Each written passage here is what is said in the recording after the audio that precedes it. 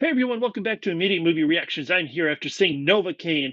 This is the new Jack Quaid film. It also stars Amber Midthunder and Jacob Batalon, who is Ned from Spider-Man. And I could tell immediately you don't get introduced to that character right away. He comes in via some phone calls, and he's the guy in the chair, right? He's the one figuring it out for this sort of superhero film. So what this is basically Jack Quaid, who I've been very clear I don't love. I think he's fine. I think he was relatable and kind of fun in The Boys, and then became kind of a dick. I didn't think he was great in Companion. He was all right. Again, he was kind of an ass, and I didn't really. I don't know. He's fine. Like he is that guy.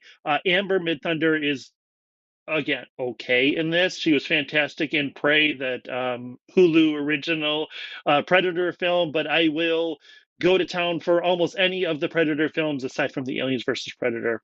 So anyway, there's a lot going on that I kind of like this movie. I wanted to like this movie, even though I was really nervous because I thought, hey, it's just going to be sort of a ripoff of Hardcore Harry or Guns Akimbo. And I guess that's my problem with the film, is that it does feel like it's just sat around for a while, right? This was an old idea. This is something that has been done before so many times, even going back to Boy Kills World, where you get someone who doesn't really have any powers or anything that they can do. Something happens and they have to become this killer, and they get caught up in this whole world. And I don't know. It feels like that evolution of Jack Quaid. So the basic story, he plays Nathan Kane. Yeah, I know, not super original, but they do explain why he's called Novocaine a little bit later, because he gets bullied. He's got this ability, this genetic condition where he can't feel pain, but he can feel pleasure, and he can taste things even though he doesn't eat food. One of the coolest aspects of this film, I think, is seeing all the ways that he's trying to mitigate the damage and deal with, live his life, even though they really throw that away pretty damn quickly. And what happens is he falls in love with Sherry. He falls in love with Amber Midthunder, and he works at a bank. And of course, there's a robbery, and everything goes wrong. I'm not going to get too deep into the story. I don't know that there's necessarily a lot of spoilers or anything, other than the fact that Sherry gets kidnapped, and then Jack decides that he's going to throw away, eschew everything that he has done in his life, and now he's this badass hardcore killer, even though he's never fired a gun, he's never fought anything. But because he can't feel pain, he's also badass and can fight and kill anybody, like these giant thugs, NPCs that are, kind of mid-level bosses, that he can just somehow survive all of their blows. I'm sorry, even if you can, take the pain, you're going to get punched, and there's going to be brain damage, CTE, and you're going to collapse, you're going to pass out, whatever the hell it is, right?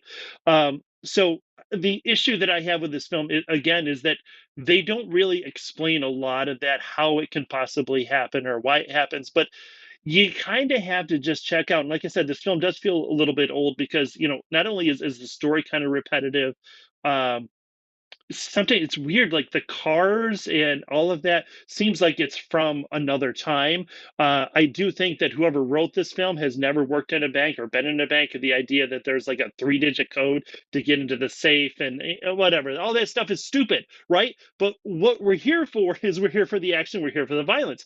And that's where I think this film does shine. I think it's pretty cool. The fight scenes are visceral, they're palpable, it's almost tactile. You can hear it, you can feel it when he is being tortured, and he's getting, sorry, spoiler, he's getting his nails pulled out, or he's getting a tattoo gun on his, well, I guess he's using a tattoo gun on someone else. He uses it on his hand.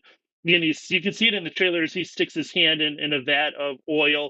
Now, how he can do that and then continue using the hand throughout the rest of the movie, I don't freaking know. But that doesn't matter. And I did see this movie with my wife, and the violence is pretty graphic. Some of the scenes are pretty graphic. She definitely checked out a little bit, and there was a whole lot of what the fuck, right? And I kind of said to myself the same thing, but then I was like, you know what? I don't care. I'm having fun with this movie. I am enjoying this movie. And Jack Quaid isn't too bad. Like, he's actually okay. He's the perfect sort of everyman for this. I think it works out really well for him. I do think that this is in the end, a pretty damn good movie. The issue here is that if we're asking for 12, 15, $20 for a movie ticket, a movie can't be pretty good. A movie can't be kind of fun. A movie can't be, hey, that wasn't that bad. That wasn't as bad as I expected it to be, right? The movie has to be really damn good. So see it, stream it, or skip it. I think this is definitely a streamable movie. I think this is a movie that you can put on in the background. You can sit down and watch it, and every once in a while, maybe there's some scenes that you like and you want to see again, and it's on Netflix or it's on Hulu or whatever the hell streaming service this ends up on. I think that in that case, it's okay, but I can't recommend going out and taking away your Saturday night or spending $15 to $20 to go see this movie in the theater because it isn't necessarily a big theatrical sort of thing. It's just kind of cool.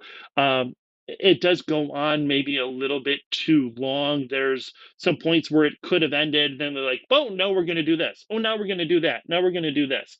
And I did want to wrap up a little bit quicker, but the movie I think is an hour and 33 minutes, somewhere about there. So, I mean, that's with credits and everything. So, what the hell could they have done? There was very little story or anything like that. But again, that's not what we're here for. So stream this movie and let me know if you have seen it. What do you think? Did you like it? Is Jack Quaid really okay? Am I wrong? Is he like not that bad of an actor or what? So, anyways, I appreciate everyone. Please like, share, subscribe, and I will see you after the next movie.